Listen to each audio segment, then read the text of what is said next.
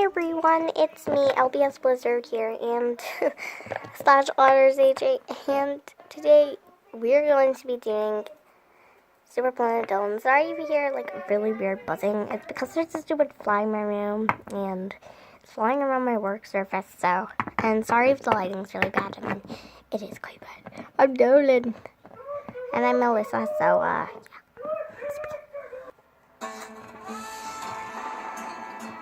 Planet Dolan. From what would happen if humans were nocturnal to what a tongue tastes like. We answer some of your most burning questions about life. Hey there, my name is Melissa. I'll be reading out the questions and answers. I'm Danger Dolan, and I'm here to blow your mind with truth. If humans go extinct, can they eventually come back to life through other means? Of course they can, but you have to release as a ghost, and it takes ages to run back to your corpse. Unless you ask someone for a res, but prepare to be disappointed.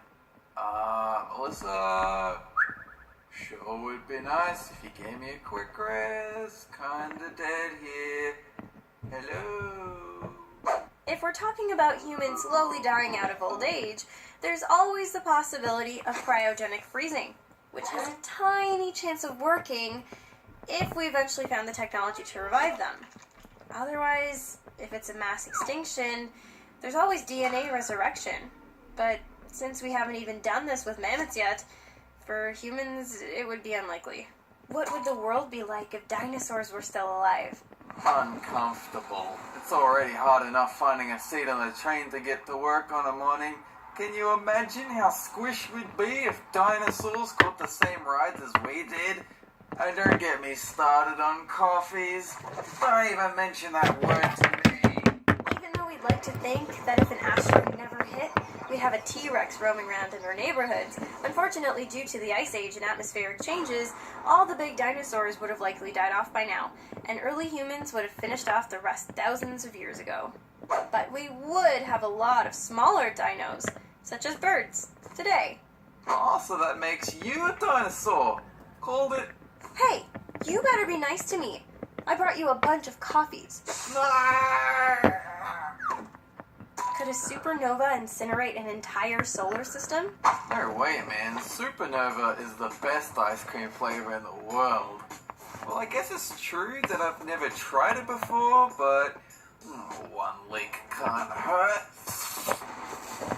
Well, considering our sun is a mere distance of 8 light minutes away, just enough to warm our planet but not burn it, a supernova would safely destroy planets within 30 light years of their explosion. And since Alpha Proximus is 4 light years away, you can safely bet it would indeed destroy our solar system, and more. Though luckily this won't happen, as there are no supernova candidates near to our solar system. How does milk turn into cheese? You know the old myth about how a cow produces cheese instead of milk because it's scared? Well, it's true. And even though we're always telling them, don't watch Saw, don't watch Dawn of the Dead, they're always watching it on their smartphones when you're not looking, and we end up with mountains of cheese. Tastes good, bud.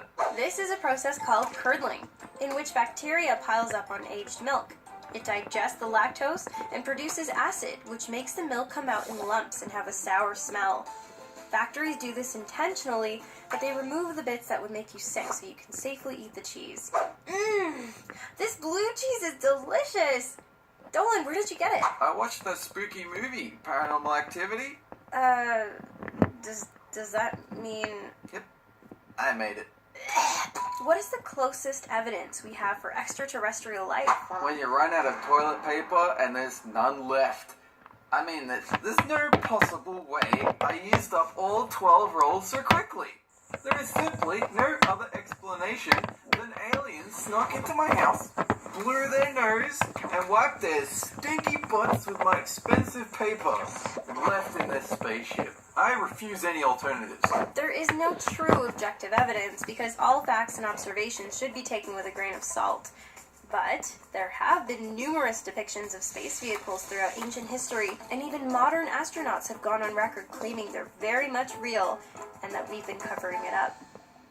Da da da! How do animals survive when they're hibernating? Clearly, it's because they've subscribed to Netflix. All they need is some social apps, some season of anime, bit of Mountain Dew, Cheetos, go full neck bare, and retreat into your cave for decades at a time. Don't introduce them to an MMO though, or say goodbye to them forever. Think of the energy you use in your day as fuel in a car. The more active your day, the faster you go, the more fuel you use, which you get back from eating and sleeping. Hibernating takes that fuel and conserves it heavily by slowing your breathing and heart rate to almost nothing. You're essentially sleeping for months on a stomach full of food and drink. Hey Melissa, have I introduced you to something called Reddit? Oh? Who's a Reddit? Melissa, I don't think birds are supposed to hibernate. Just one more subreddit. Could humans survive if they were nocturnal? Survive? At nighttime? Does this look like the body of someone who just survives? Real men fear no darkness, no evil. What's that? Someone save me. Being attacked. Can't breathe. So weak. Weak. Sorry about that. One of my feathers dropped. Can't survive this assault. Well, if we take inspiration from our current nocturnal animals like bats and owls, we'd have much lighter skin, bigger eyes, possibly lose our ability to see color since that trait doesn't really matter in darkness. We may even lose our desire to be social, since being a lone hunter is much easier at nighttime. What does your tongue taste like? People have been asking me this for decades, and luckily I have the definitive answer. A tongue tastes like a lick. Let me show you. How does it taste? By itself, a tongue tastes like nothing. What you taste are the particles on it, such as food or bacteria building up. Interestingly enough, many people believe the tongue is divided into a map of taste buds. But in the mid-70s, we realized this was an old misunderstanding. The whole tongue can taste different flavors equally. Is that a supernova ice cream? No, Dolan. Not again. Could other animals evolve into human-like creatures? No way. Animals are too stupid to evolve into the same intelligence you or I have. We're cleverer than they could ever be. The idea of a smart cat or a clever bird is such an incorrect thing.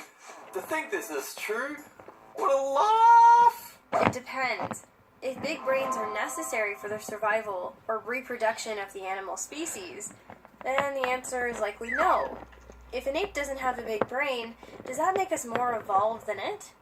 It actually doesn't. They evolved to survive in harsh environments. We didn't. We just had a crazy brain mutation that led us down a different road, and it could happen again to different species. What is the biggest known planet in the universe? Well, that would obviously be Melissa's Birdicus Maximus. An extrasolar planet known as Trace 4 is about 70 times bigger than Jupiter and over 700 times bigger than Earth. It's so big that astronomers believe that the atmosphere around the planet must escape like a comet tail. Love your work, by the way, Shima. Oh, thank you. You too. You know, beating up Dolan is fun, but I think science is more my thing. Hey, we might be able to have a serious conversation. No truth? Nope, just research facts and conjecture. Excellent. Anyway, that's it. Thanks for watching. Have a good one. Don't use this guy.